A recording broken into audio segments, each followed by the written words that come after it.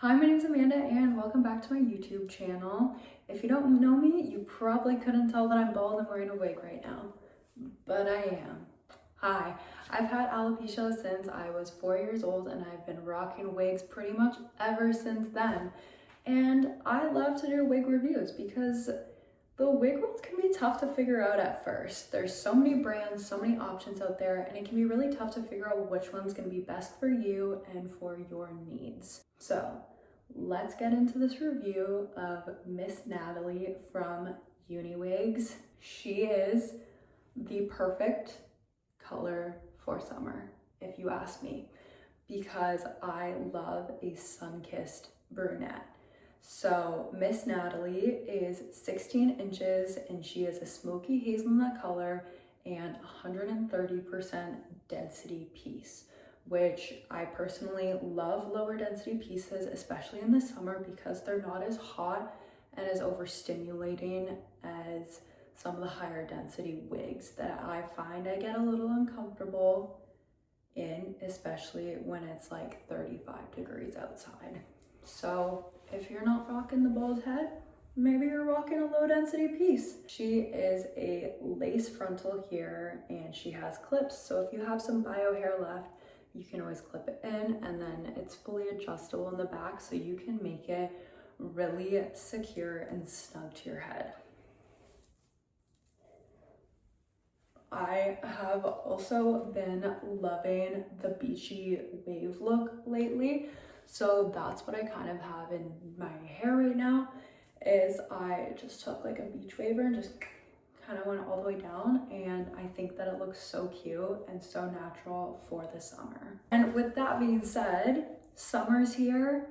Lots of bald girls aren't quite ready to rock their bald head yet. So let's talk a little bit about caring for your wigs, and if you are going to be wearing them in a lake, in the ocean, in a pool.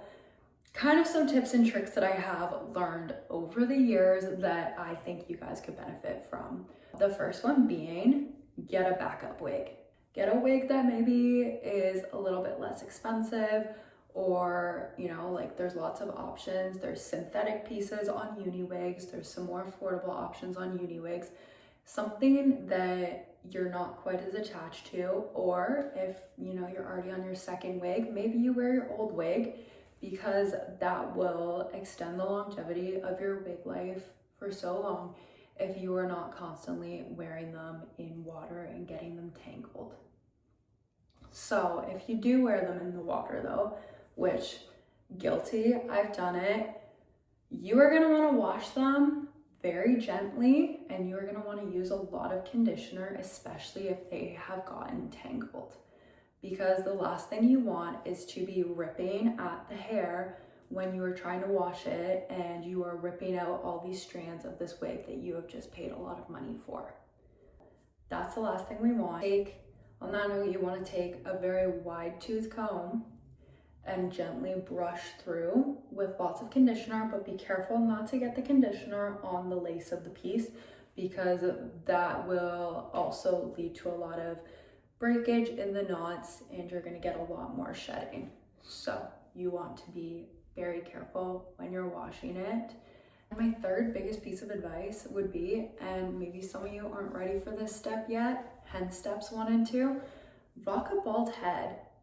It's not as scary as you think, I promise, and honestly it is so much easier not having to worry about a wig while you're swimming, or, you know, if you jump in and it falls off and all of that. It's so much easier if you just rock your bald head, rock your confidence. I promise people don't care nearly as much as you think they do, but make sure you're wearing lots of sunscreen, because at the end of the day, when you're spending your hard-earned money on wigs, you want them to last and you want them to be around for a while, and this will greatly extend the life of your wigs when you do that. So if you need any other tips or tricks for wigs during the summer or wearing wigs in the water, drop them down below and I'm happy to answer any questions.